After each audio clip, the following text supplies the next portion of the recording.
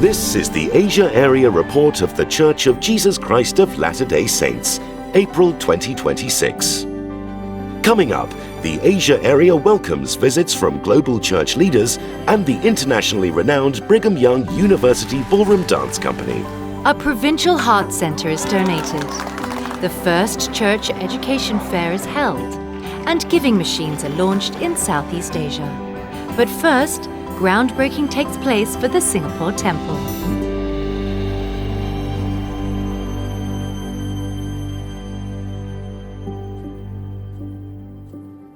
We are grateful that the day has arrived for us to commence the construction of the temple. This temple will be a beacon of light and hope for us. This very momentous day that all of us have prayed for, hoped for, and looked forward to for many years. Members of the Church of Jesus Christ of Latter-day Saints, along with government, interfaith and community leaders, gathered on June 28th for the groundbreaking ceremony of the Singapore Temple, the island nation's first. Among the honoured guests was Minister for Education Desmond Lee, who joined over 500 attendees in commemorating this milestone. Elder Kelly R. Johnson of the Asia Area Presidency presided and offered the dedicatory prayer. Since its establishment in 1968, the church in Singapore has grown to more than 3,000 members. The Singapore Temple was announced at the April 2021 General Conference to much joy. When built, it will also serve members from Malaysia and Indonesia, offering them participation closer to home in sacred ceremonies that unite families forever. The temple is a work of love. The temple here in Singapore will make a difference for the entire community. It will bring a light to the community that hasn't been here before.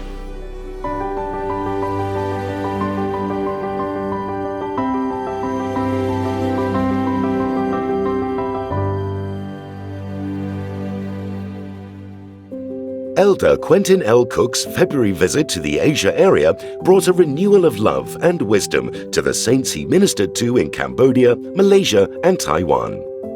In Phnom Penh, he shared Cambodian members' excitement for their upcoming temple and pronounced the blessings of heaven upon them and their families.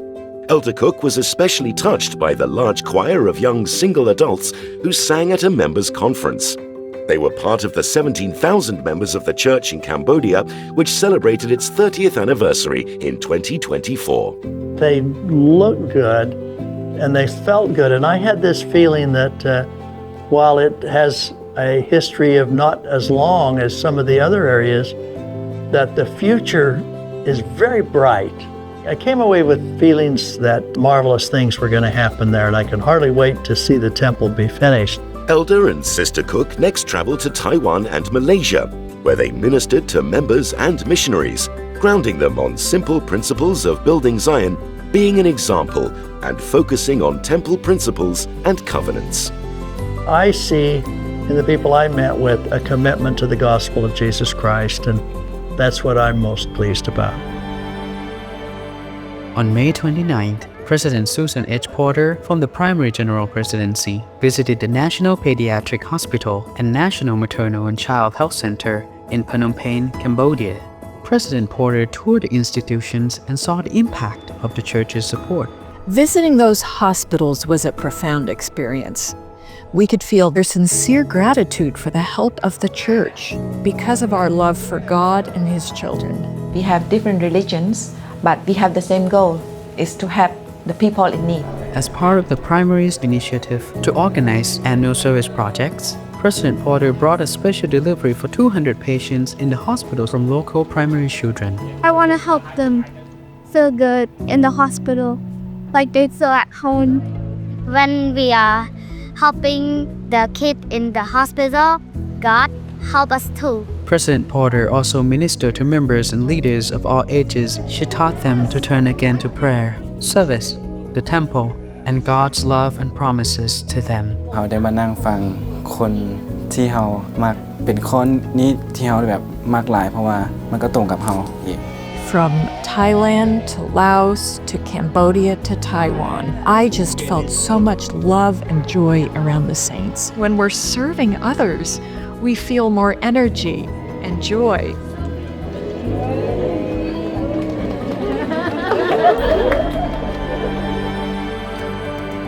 Relief Society General President Camille N. Johnson visited the South Asian nation of Sri Lanka in late May to witness how funding from the church is helping support women and children in need. President Johnson's ministry included tours of local nutrition and education initiatives led by UNICEF. Since 2013, the church has supported UNICEF's work. Church funding has helped UNICEF train more than 2,600 health workers to prevent and treat malnutrition in children. President Johnson visited a clinic, a hospital, a primary school, and preschools to see firsthand the resources available for mothers and their children. This work is a significant component of the Church's broad and sustained efforts to uplift women and children worldwide. I feel so blessed to call you my Relief Society sisters.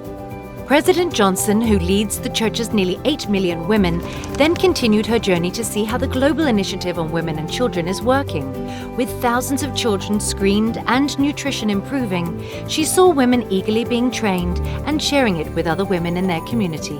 It is the heart and the essence of what we do in Relief Society.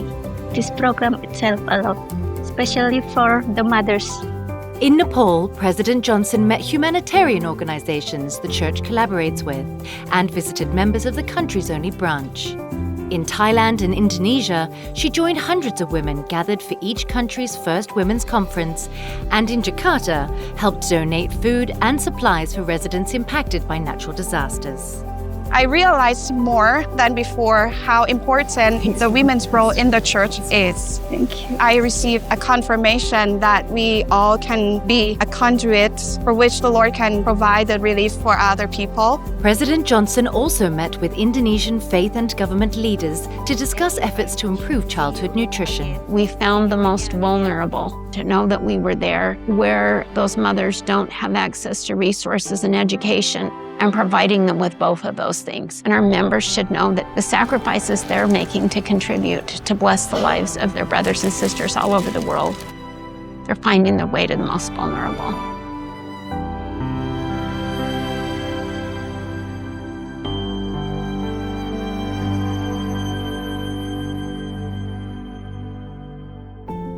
A donation from our hearts to your hearts was how Asia Area President Elder Benjamin M.Z. Tai described the church's gift of the Siem Reap Heart Center at its groundbreaking on February 13. The center will be built at the Siem Reap Provincial Referral Hospital and fully equipped in about a year.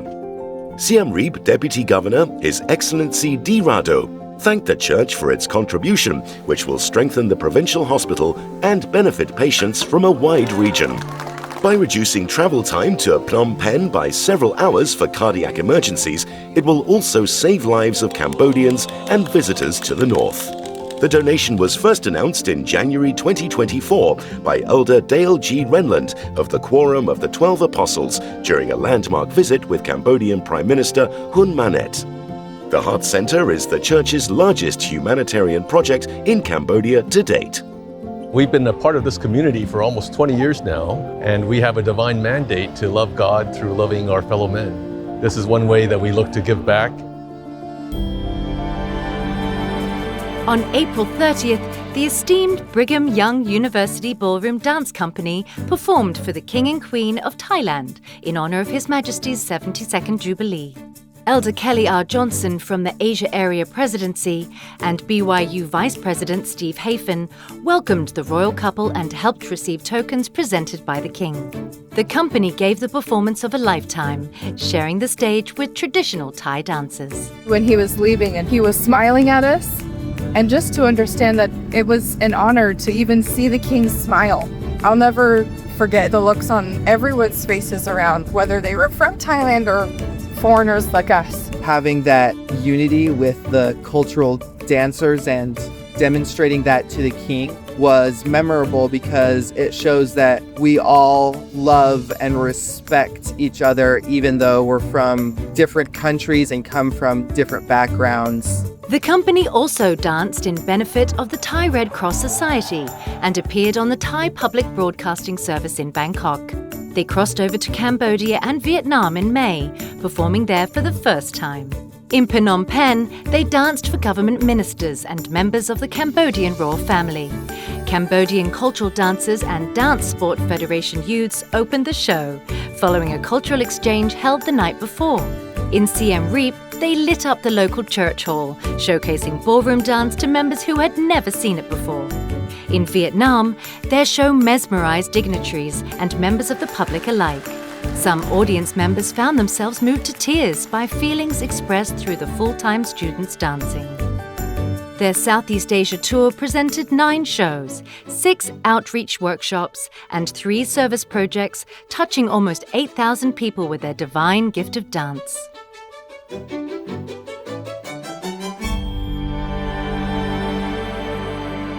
From October 17 to November 1st, the church held its first Asia Area Education Fair. Spanning 7 locations in 4 countries, the fair raised awareness of education and self-reliance opportunities and resources for its members. Asian people have a huge desire for education. They're hungry to learn more. That divine potential comes from them knowing who they are, that they are sons and daughters of God. We have the right people at the right time, at the right place. The glory of God is intelligence, and on this earth, how do we gain intelligence? Through education.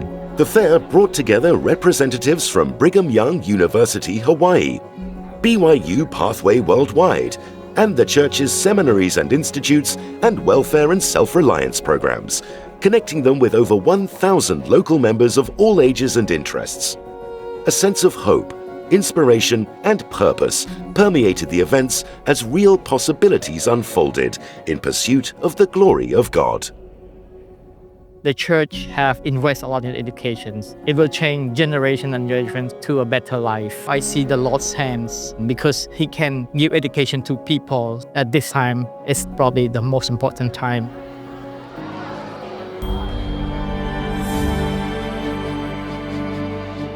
Over 230 attendees from 30 nationalities gathered in Bangkok in end July for the second International Young Single Adult Conference. Themed Rooted and Rising, the blessings of gathering throughout the conference were countless. They're not alone, there's others just like them, and they're all part of this journey together.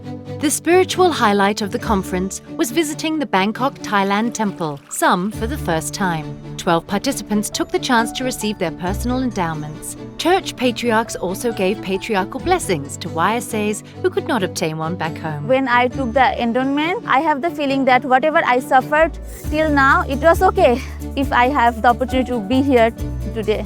I feel peace, I'm here, and nothing else matters. The YSAs also packed 300 school, hygiene and art kits to donate to a local special needs school, with a small group visiting the school first to interact with their autistic students. I saw Christ when we did this act of service.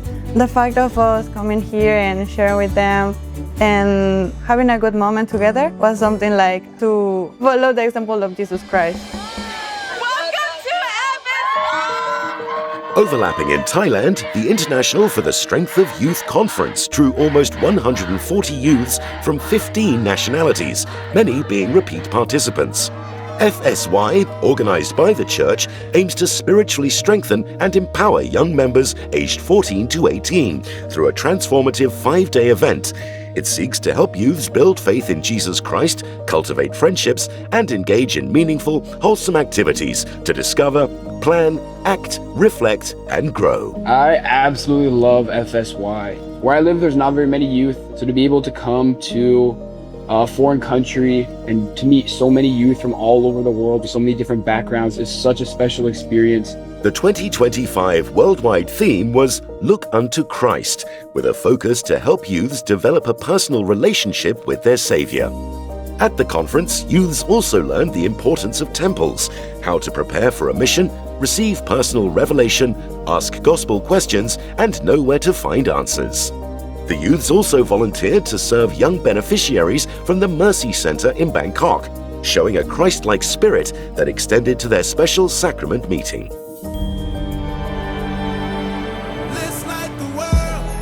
As the first Southeast Asian city to welcome the Light the World giving machine, Bangkok showed how generosity can shine as brightly as its skyline. Sponsored by the Church of Jesus Christ of Latter-day Saints, the red vending machines revolutionized charitable giving. They were launched at Siam Paragon's new Nextopia attraction by local community and faith leaders and ran for a month from November 29. เป็นวิถีใหม่ในการให้ด้วยที่ว่าคนให้เนี่ยสามารถที่จะเลือกแล้วก็จิ้มแล้วจิ้มอีกแล้วตอนจบก็บริจาคไปหลายกล่องมากแล้วก็รู้สึกมีความสุขมากค่ะ Beneficiary charities determined their needed items and donors could select these and immediately know how their money would be used to help. 100% of donations would go to all 4 participating charities. ในห้างที่มันยุ่งๆมีคนเยอะๆนะครับอย่างน้อยๆเรามีมุมนึงที่อุทิศไว้สำหรับการให้ที่ช่วยให้ครอบครัวมีส่วนร่วมมากขึ้นการที่เขาได้มาสัมผัสมันทำให้เขาตื่นเต้นกับการให้มากขึ้นครับ Light the World giving machines in the Asia area were first launched in Hong Kong for Christmas 2024. Nearly 3,000 donors contributed over 270,000 Hong Kong dollars during the campaign at Newtown Plaza. The church ensured 100% of all donations went to the 5 participating local charities. Beyond financial support, the campaign enhanced public awareness of the featured charities. It also fostered collaboration among them as they shared resources to meet new objectives. Building on its debut success, the Giving Machine returned to Hong Kong on November 26, continuing its innovative approach to fundraising through the interactive vending machines. They were located at Yoho Mall till December 29, with an increase to 6 beneficiary organizations. Around the world at this wonderful season, we're inviting everyone to light the world. And I promise you this, the world is looking for light. The world wants light. And these fantastic partners and friends are just the beginning of light. That one candle will become millions as you contribute. As before, the public could purchase items requested by the organizations, making the act of giving more personal, transparent, and engaging.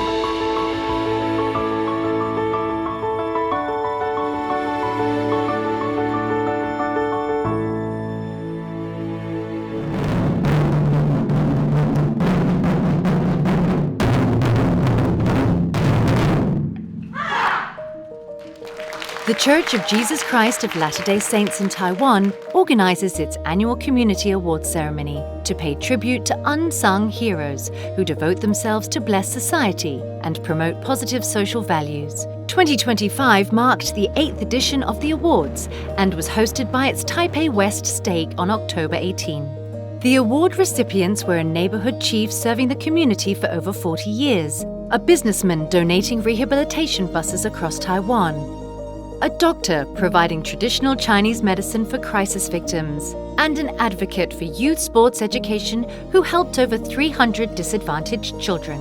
Recipients were honored in the program and shared their stories and motivations. Some accounts moved audience members to tears. 我们不断的每年在办这些活动呢，目的也是希望借由他们的善行，让更多人看见，然后能够引起更多人的追随，让这个社会呢有更多的善的循环。On December 6, Singapore members of the Church of Jesus Christ of Latter-day Saints gathered at the West Coast Community Centre to participate in an interfaith service project with the People's Association and local charity Rahmatan Lil Alamin Foundation. This was the church's 6th collaboration with the Muslim Foundation in their Blessings for All initiative. Earlier in November, more than 40 volunteers from the church and foundation, including youths and young single adults, packed daily essentials and groceries into 120 ration bags for needy families. In conjunction with a community study award that day, Latter-day Saint volunteers distributed the ration bags to families in attendance, alongside Education Minister Desmond Lee. That's what Christ would have us do. This is the gospel of love and of service and ministering to one another. I think it's a great event where we have community organizers and the church and others that come together to support great community initiatives. The church has the resources, is willing to do it, so let's give back to society.